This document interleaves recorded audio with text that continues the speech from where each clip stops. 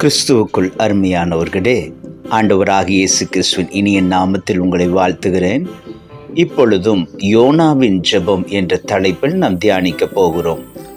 யோனாவின் புத்தகம் 2ஆம் அதிகாரம் 2ஆம் வசனம் சொல்லுகிறது, என் நெருக்கத்தில் நான் கர்த்தரை நோக்கி கூப்பிட்டேன், அவர் எனக்கு உத்தரவு அருளினார். யோனாவின் ஜெபத்தை யோனாவின் புத்தகம் 2ஆம் அதிகாரத்தில் நீங்கள் வாசிக்கலாம்.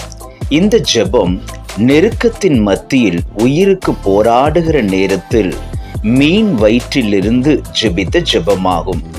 அந்த ஜெபத்தை யோனா 2ஆம் அதிகாரம் 2-9 வரை நாம் வாசிக்கலாம்.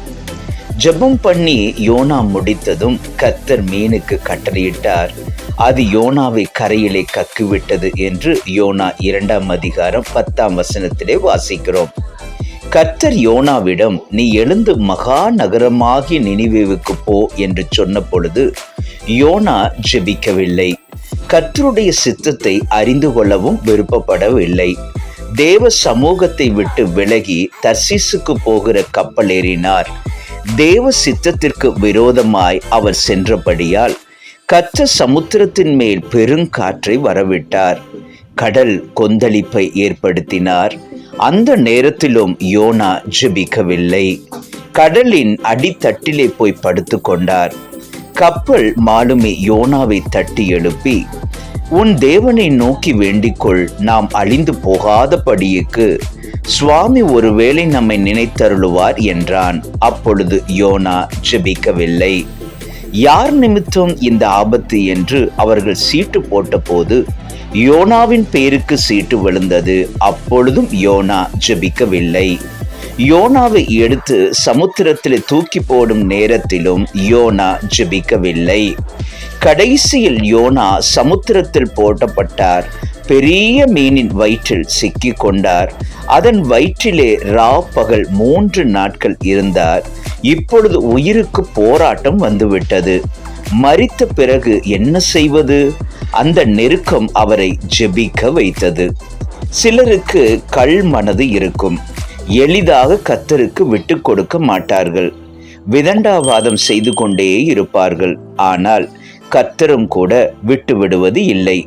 மேலும் மேலும் நெருக்கம், மேலும் மேலும் போராட்டங்களை உண்டாக்குவார். கடைசியில் கர்த்தரை நோக்கி பார்ப்பதை விட வேறு வழியில்லை என்று தெரியும் பொழுது ஜெபிக்க ஆரம்பிப்பார்கள். யோனாவுக்கு கடைசி மூச்சு இருக்கிற வரையிலும் நம்பிக்கை இருந்தது. இந்த நிலைமையிலும் கர்த்தர் ஜெபத்தை கேட்க மனதுருக்கம் உள்ளவர் என்பதை நம்பினார். கர்த்தர் மன்னிக்க தயை பெருத்திருக்கிறார் என்பதை விசுவாசித்தார். ஒருவேளை அவர் ஜெபிக்காமல் இருந்திருந்தால் அதோடு யோனாவின் சரித்திரம் முடிந்திருக்கும்.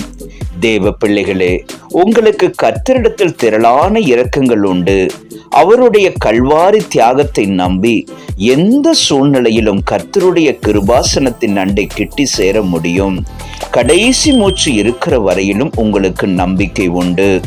மீனின் வயிற்றுக்குள் போய் பாதாளம் மட்டும் இறங்க வேண்டியதா இருந்தாலும் கர்த்தரை நோக்கி பாருங்கள். ஜெபிக்கிற முயற்சியை கைவிட்டு விடாதிருங்கள். யோனாவுக்கு இரக்கம் செய்த ஆண்டவர் நிச்சயமாக உங்களுக்கு இரக்கம் செய்வார். கர்த்தர் தாமே உங்களை ஆசீர்வதிப்பாராக. ஆமென்.